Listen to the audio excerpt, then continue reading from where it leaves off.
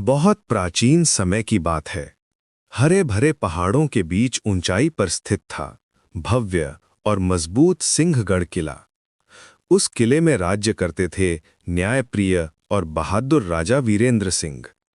उनके साथ थीं बुद्धिमान राजकुमारी अनाया, वीर सेनापति अजय और ज्ञानी मंत्री सोमदत्त। राज्य में चारों ओर खुशहाली थी।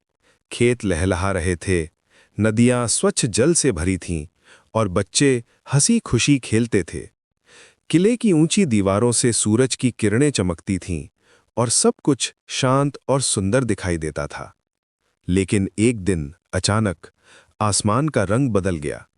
काले बादल धीरे धीरे किले के ऊपर इकट्ठा होने लगे। तेज हवाएं चलने लगी और वातावरण भारी हो गया। कुछ ही दिनों में राज्य पर असर दिखने लगा। खेत सूखने लगे, नदी का पानी कम होने लगा। किले की मजबूत दीवारों में भी हल्की दरारें दिखाई देने लगी। राजा और उनके साथियों ने समझ लिया कि यह कोई साधारण घटना नहीं है, यह एक बड़ी आपदा थी। मंत्री सोमदत्त ने राजदरबार में प्राचीन ग्रंथों की खोज की। उन ग्रंथों में लिखा था कि किले के नीचे एक जीवन शिला छिपी है। वही शिला पूरे राज्य को ऊर्जा और समृद्धि देती है। यदि वह कमजोर पड़ जाए तो पूरा राज्य संकट में आ सकता है।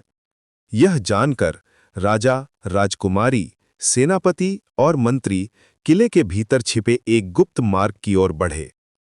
सिंहासन के पीछे छिपा पत्थर का दरवाजा खोला गया। नीचे जाती सीढ़ियां एक रहस्यमयी सुरंग की ओर ले जा रही थीं। चारों सावधानी से सुरंग में आगे बढ़े।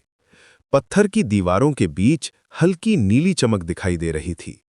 वातावरण शांत था, लेकिन भीतर साहस की शक्ति थी। आखिर वे एक विशाल गोल कक्ष में पहुंचे। बीच में हवा में तैरती हुई जीवन शिला दिखाई दी। उसकी नीली रोशनी बहुत कमजोर हो चुकी थी। उसी समय कक्ष के पीछे खड़ा विशाल पत्थर का रक्षक धीरे धीरे जीवित होने लगा। उसकी आंखों में चमक आ गई। ये शिला की रक्षा करने वाला प्राचीन संरक्षक था। चारों ने डरने के बजाय एक दूसरे की ओर देखा और साहस के साथ आगे बढ़े। उन्हें समझ आ गया कि इस संकट का समाधान मिलकर ही किया जा सकता है। राजा ने सबसे पहले जीवन शिला को स्पर्श किया। फिर राजकुमारी, सेनापति और मंत्री ने भी अपने हाथ उस पर रख दिए। जैसे ही चारों ने एकता और निस्वार्थ भाव से शिला को छुआ, उसकी नीली रोशनी धीरे धीरे सुनहरी होने लगी। शिला की दरारें भरने लगी। पूरा कक्ष चमकदार प्रकाश से भर गया। पत्थर का रक्षक शांत होकर प्रकाश में विलीन हो गया।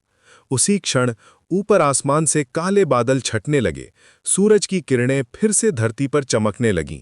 नदियां फिर बहने लगीं। खेत हरे भरे हो गए। सिंहगढ़ किला पहले से भी अधिक मजबूत और उज्जवल दिखाई देने लगा।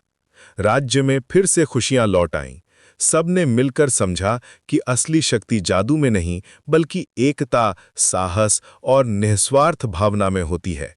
और इस तरह मिलकर प्रयास करने से एक बड़ी आपदा पर विजय पाई गई।